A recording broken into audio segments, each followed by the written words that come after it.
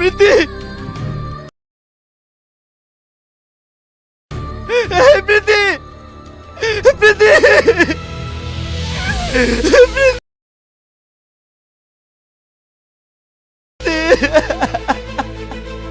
Sir, sir, ম্যাডামের কি হয়েছে?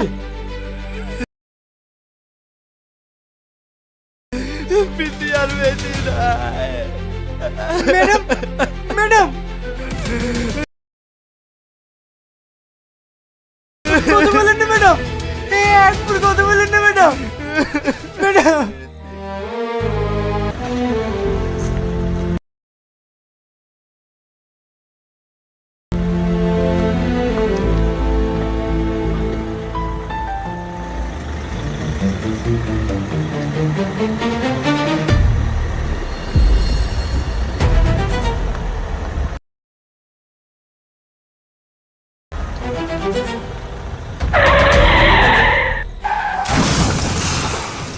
হ্যালো এভরিওয়ান, আজ আপনাদের সামনে নিয়ে আসলাম পল্লীগ্রাম টিভির অবুঝ ভালোবাসা নাটকের দ্বিতীয় পর্ব।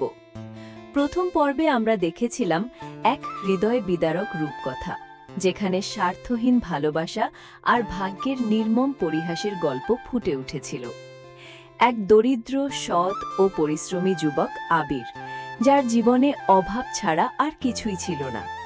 অন্যদিকে প্রীতি ছিল এক বিশাল কোম্পানির সিইও, যার ধন সম্পদের কোনো কমতি না থাকলেও মনে ছিল ভালোবাসার তীব্র শূন্যতা।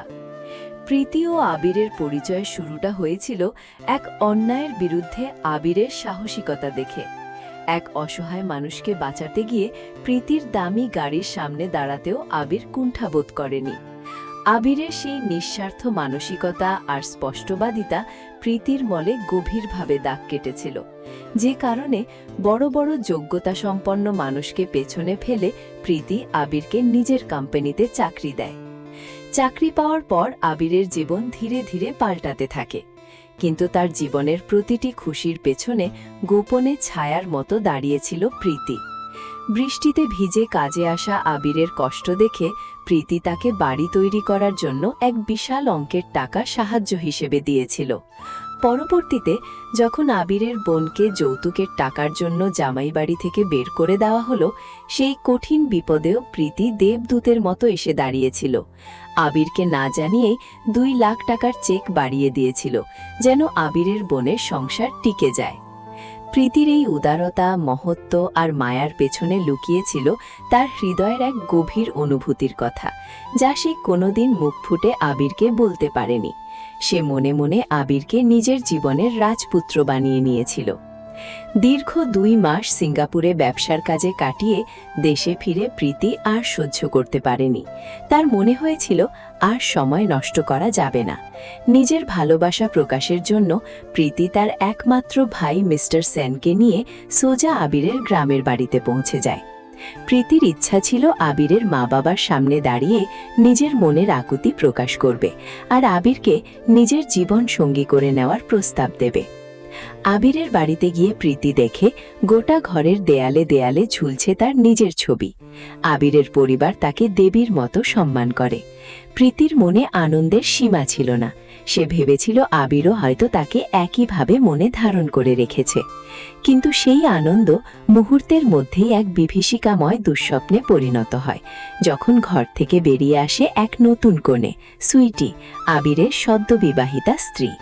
মাত্র 1 সপ্তাহ আগে আবিরের বিয়ে হয়েছে শুনে প্রীতির বুকের ভেতরটা যেন মুহূর্তেই ভেঙে চুরমার হয়ে যায়। যে ভালোবাসাকে পাওয়ার জন্য প্রীতি এতদিন ধরে নিজের ভেতরে শত স্বপ্ন বুনেছিল, সেই ভালোবাসা অন্য কারো হয়ে গেছে শুনে সে নিজের মানসিক ভারসাম্য হারিয়ে ফেলে। নিজের সীমাহীন কষ্ট আর যাতনা সহ্য করতে না পেরে প্রীতি নিজেকে মদের সাগরে ভাসিয়ে দেয়। এক সময়ের অভিজাত, স্বাবলম্বী আর সুশৃঙ্খল সিইও প্রীতি রাত দিন মদ খেয়ে নিজের জীবন ধ্বংস করতে শুরু করে।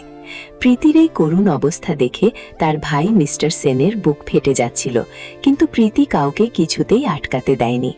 অবশেষে জীবনের ওপর অভিমান করে চরম অসুস্থ হয়ে হাসপাতালে ভর্তি হয় সে। চিকিৎসকরা জানায় অতিরিক্ত মদ্যপানের কারণে প্রীতির লিভার পুরোপুরি ড্যামেজ হয়ে গেছে। মৃত্যুর মুখোমুখি দাঁড়িয়েও প্রীতি তার ভাইকে কসম দেয় যেন আবির কোনোদিন জানতে না পারে প্রীতি তাকে কতটা ভালোবাসত, কারণ প্রীতি চায়নি তার জন্য আবিরের নতুন সংসারে কোনো অশান্তির আগুন জ্বলুক। অবশেষে ভাইয়ের বুকে মাথা রেখে শেষ নিঃশ্বাস ত্যাগ করে প্রীতি, আর রেখে যায় এক করুণ ইতিহাস। এখানেই শেষ হয়েছিল প্রথম পর্ব। এবার আমরা প্রবেশ করব দ্বিতীয় পর্বের মূল কাহিনীতে, যেখানে প্রীতির মৃত্যুর পর সকলের জীবনে নেমে এসেছে এক বিশাল ঝড় ও নাটকীয় মোড়। প্রীতির অকাল মৃত্যুর পর মিস্টার সেনের পৃথিবী যেন থমকে গেছে। যে বোনকে সে নিজের সন্তানের মতো যত্ন করে বড় করেছিল, সেই বোন আজ আর এই পৃথিবীতে নেই। বোনের দাফন কাফন শেষ করে ঘরে ফিরে এসে মিস্টার সেন প্রীতির খালি ঘরের দিকে তাকিয়ে হাউমাউ করে কেঁদে ওঠে। প্রীতির রেখে যাওয়া জামা কাপড়, ব্যবহৃত জিনিসপত্র আর দেয়ালের ছবিগুলোর সামনে দাঁড়িয়ে তার মনে জন্ম নেয় তীব্র ক্ষোভ ও প্রতিশোধের আগুন। যদিও প্রীতি মৃত্যুর আগে কসম খাইয়েছিল যে আবিরকে কিছু জানানো যাবে না, কিন্তু মিস্টার সেনের মনে হতে থাকে আবিরই তার বোনের এই অকাল মৃত্যুর জন্য দায়ী। আবির যদি না থাকতো, প্রীতি আজ বেঁচে থাকত, আনন্দের সাথে জীবন যাপন করত। প্রীতির এই চরম আত্মত্যাগের কথা আবির কিছুই জানে না। এই ভাবনাটা মিস্টার সেনকে পাগল করে তোলে। অন্যদিকে আবির এখনো জানে না কেন হঠাৎ করে তাদের প্রিয় ম্যাডাম মারা গেলেন। প্রীতির মৃত্যুর খবর পেয়ে আবির স্তম্ভিত হয়ে যায়। যে মানুষটি তার পুরো পরিবারকে নতুন জীবন দিয়েছে, যে মানুষটি না থাকলে তার ঘর তৈরি হতো না, বোনের সংসার বাঁচত না, সেই মানুষটি আর নেই। এটা আবির কিছুতেই মেনে নিতে পারছিল না। প্রীতির কুলখানি ও চল্লিশার কাজে সাহায্য করার জন্য আবির মিস্টার সেনের বাড়িতে যায়, কিন্তু সেখানে তাকে দেখতে পেয়ে মিস্টার সেনের রাগ মাথার ভেতরে উঠে যায়। মিস্টার সেন হিংস্র বাঘের মতো আবিরের ওপর ঝাঁপিয়ে পড়ে আর তাকে কলার ধরে বাড়ি থেকে বের করে দেয়। মিস্টার সেন চিৎকার করে বলে, তোর মুখ আমি আর দেখতে চাই না, তুই আমার বোনকে কেড়ে নিয়েছিস, তোর জন্যই আজ আমার প্রীতি এই মাটির নিচে।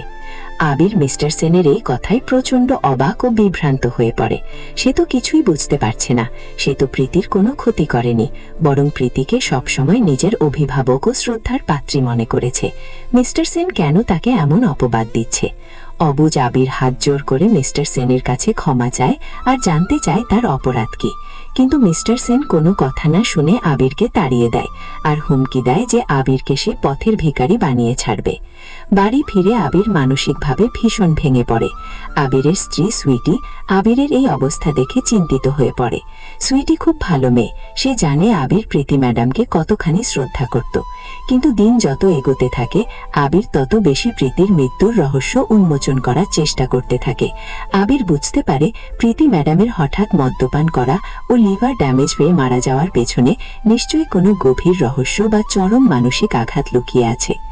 একদিন প্রীতির অফিসের রেখে যাওয়া ড্রয়ার ও ব্যক্তিগত নথিপত্র গোছানোর জন্য আবিরকে অফিসে ডাকা হয়। মিস্টার সেন আবিরকে চাকরি থেকে বরখাস্ত করার নোটিশ দেয়। আবির শান্তভাবে চাকরিচ্যুত হওয়ার কাগজ গ্রহণ করে, কিন্তু বের হওয়ার সময় প্রীতির পার্সোনাল ক্যাবিনে শেষবারের মতো ঢোকে। প্রীতির টেবিলের উপর থাকা কাচের ফ্রেমে আবিরের সঙ্গে তার তোলা একটি পুরনো ছবি দেখতে পায়।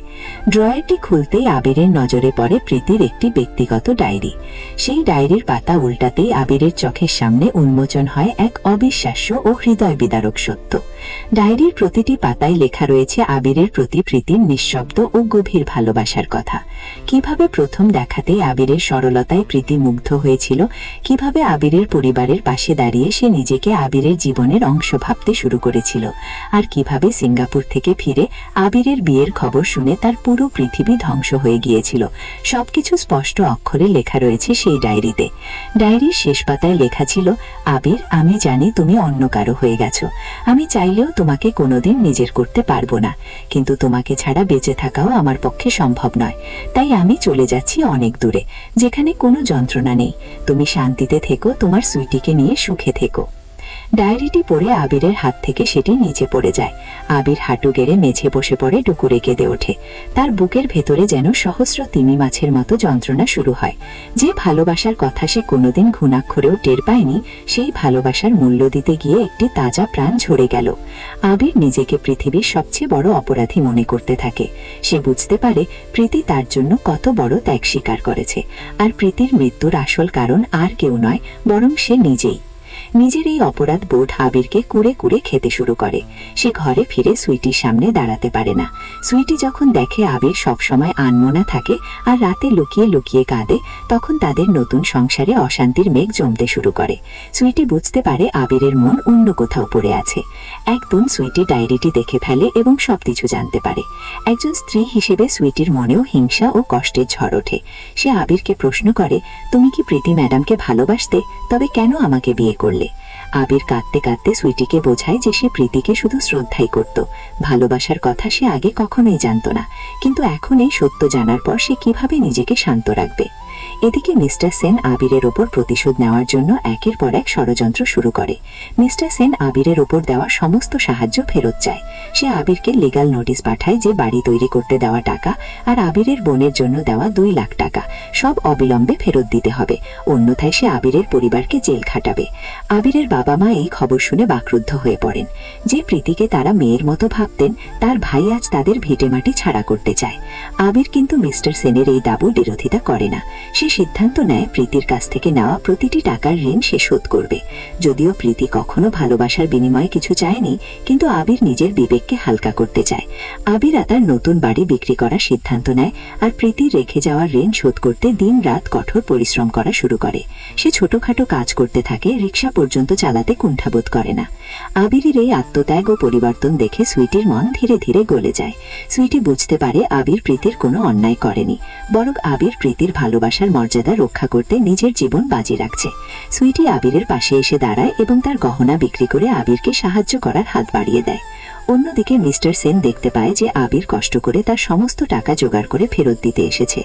আবির মিস্টার সেনের পায়ের কাছে টাকার ব্যাগ রেখে বলে, মিস্টার সেন ভাই, আপনার বোনের দেওয়া সমস্ত টাকা আমি ফেরত এনেছি, কিন্তু প্রীতি ম্যাডাম আমাকে যে নিঃস্বার্থ ভালোবাসা দিয়েছিল, সেই ঋণের বোঝা আমি কোনোদিন শোধ করতে পারবো না, আমাকে ক্ষমা করে দিন। আবিরের এই বিনম্র রূপ আর তার চোখের জল দেখে মিস্টার সেনের ভেতরের প্রতিশোধের আগুন নিভে যেতে শুরু করে। মিস্টার সেনের মনে পড়ে যায় প্রীতির শেষ কথাগুলো, ভাই আবিরের যেন কোনো ক্ষতি না হয়, ও যেন সুখে থাকে। মিস্টার সেন বুঝতে পারে আবিরকে শাস্তি দিলে বা কষ্ট দিলে ওপর থেকে প্রীতির আত্মা কখনো শান্তি পাবে না। নাটকের চূড়ান্ত মোড়ে এসে মিস্টার সেন টাকার ব্যাগটি আবিরকে ফিরিয়ে দেয় আর আবিরকে বুকে জড়িয়ে ধরে কেঁদে ফেলে। সে বলে, আমার বোন তোকে সত্যি অনেক ভালোবেসেছিল আবির, ও তোকে সুখী দেখতে চেয়েছিল। আমি যদি তোর ক্ষতি করি, তবে আমার প্রীতির আত্মাও আমাকে কখনো ক্ষমা করবে না। অবশেষে আবির ও সুইটি প্রীতির স্মৃতিকে অমর করে রাখার জন্য সেই টাকা দিয়ে প্রীতির নামে একটি ট্রাস্ট ও দুস্থ মানুষদের জন্য সাহায্য কেন্দ্র করে তোলে। প্রীতির অবুঝ ভালোবাসার স্মৃতি চিরকালের জন্য বেঁচে থাকে তাদের হৃদয়, আর প্রীতির বিদেহী আত্মা যেন স্বর্গ থেকে দেখতে পায় তার ভালোবাসার মানুষটি আজ অনুশোচনা আর ভালোবাসায় তাকে চিরস্মরণীয় করে রেখেছে। প্রীতির স্মৃতিতে প্রতিষ্ঠিত ট্রাস্ট ও সাহায্য কেন্দ্রের কাজের মাধ্যমে আবির ও সুইটির দিন কাটতে থাকলেও তাদের ব্যক্তিগত জীবনে এক গভীর ও বিষাদময় শূন্যতা ছেয়ে যায়। বাহ্যিকভাবে মিস্টার সেনের সঙ্গে আবিরের বিবাদ ও প্রতিশোধের অবসান ঘটলেও আবিরের অন্তরে যে অনুশোচনার আগুন জ্বলছিল তা কোনোভাবেই নেভেনি। দিনের বেলা আবির মানুষের সেবায় নিজেকে ব্যস্ত রাখত, কিন্তু রাত হলেই প্রীতির সেই ডায়েরির প্রতিটি লাইন তার চোখের সামনে ভেসে উঠত। আবির কিছুতেই ভুলতে পারত না যে তার ভালোবাসার গভীরতা আর না বলা অভিমান বুকে চেপে প্রীতি একা একা না ফেরার দেশে চলে গেছে। আবিরের এই মনমরা ও বিষাদগ্রস্ত অবস্থা দেখে তার পরিবার ভীষণ উদ্বিগ্ন হয়ে পড়ে, বিশেষ করে আবিরের মা বাবা, যারা একসময় প্রীতিকে নিজেদের মেয়ের মতো স্নেহ করতেন। তারা বুঝতে পারেন যে তাদের ছেলের মনের ভেতর এক বিশাল তোলপাড় চলছে। আবিরের মা একদিন সুইটিকে ডেকে গোপনে বলেন, মা সুইটি, আবির আজ যা করছে তা হয়তো প্রীতির প্রতি শ্রদ্ধাবোধ থেকে করছে, কিন্তু তোর সঙ্গে ওর সংসারটা তো তাসের ঘরের মতো ভেঙে যাচ্ছে। তুই ওর স্ত্রী, তুই কি পারিস না ওকে এই অতীতে বন্দী থাকা থেকে মুক্ত করতে? সুইটি চোখের জল মুছে উত্তর দেয়, মা, যে প্রীতি ম্যাডাম আমাদের পুরো পরিবারকে ধ্বংসের হাত থেকে বাঁচিয়েছেন, নিজের প্রাণ দিয়ে আবিরকে ভালোবেসে গেছেন, তার স্মৃতিকে তো আমি আবিরের মন থেকে মুছে ফেলতে বলতে পারি না। আমি চাই আবির নিজের মনের এই অপরাধবোধ থেকে বের হয়ে আসুক, কিন্তু আমি জোর করে কিছু করতে চাই না। সুইটির এই সীমাহীন ধৈর্য, সহনশীলতা ও মানবিকতা আবিরের মনকে আরও বেশি অপরাধবোধে ভারাক্রান্ত করে তোলে। আবির মনে মনে ভাবতে থাকে, সে যেমন প্রীতির ভালোবাসার মূল্য দিতে পারেনি, তেমনি আজ প্রীতির স্মৃতির পেছনে ছুটতে গিয়ে জীবিত স্ত্রী সুইটির প্রতিও চরম অন্যায় করে চলেছে। সুইটি কোনোদিন আবিরকে প্রীতির জন্য কটু কথা বলেনি, বরং নিজের গহনা বিক্রি করে প্রীতির ঋণ শোধ করতে সাহায্য করেছে। এমন একজন আদর্শ স্ত্রীকে অবহেলা করাও যে প্রীতির ভালোবাসার প্রতি অপমান, তা আবির ধীরে ধীরে উপলব্ধি করতে পারে। একদিন রাতে আবির প্রীতির সেই ডায়েরিটি হাতে নিয়ে অনেকক্ষণ ধরে বসে থাকে। সুইটি ঘরে ঢুকে দেখে আবির নীরবে কাঁদছে। আবির সুইটির হাত ধরে নিজের পাশে বসায় এবং অত্যন্ত আকুল কণ্ঠে বলে, সুইটি, তুমি আমাকে ক্ষমা করে দাও। আমি প্রীতির ভালোবাসার মর্যাদা দিতে গিয়ে তোমাকে এক ফোঁটা সুখও দিতে পারিনি।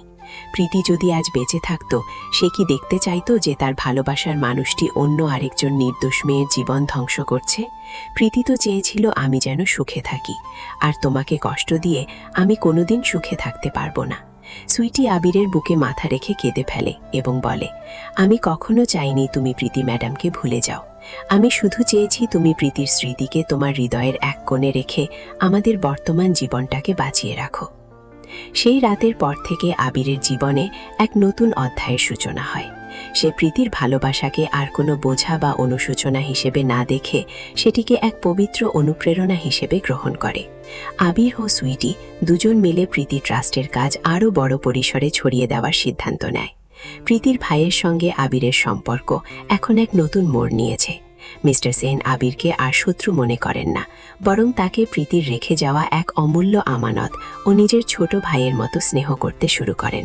মিস্টার সেন সিদ্ধান্ত নেন প্রীতির কোম্পানির এক বিশাল অংশের লভ্যাংশ এই ট্রাস্টে দান করবেন, যা দিয়ে সুবিধাবঞ্চিত ও অসহায় মেয়েদের শিক্ষা এবং চিকিৎসার ব্যবস্থা করা হবে।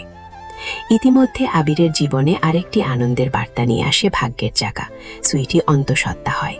এই খবর শুনে পুরো পরিবারে আনন্দের বন্যা বয়ে যায়।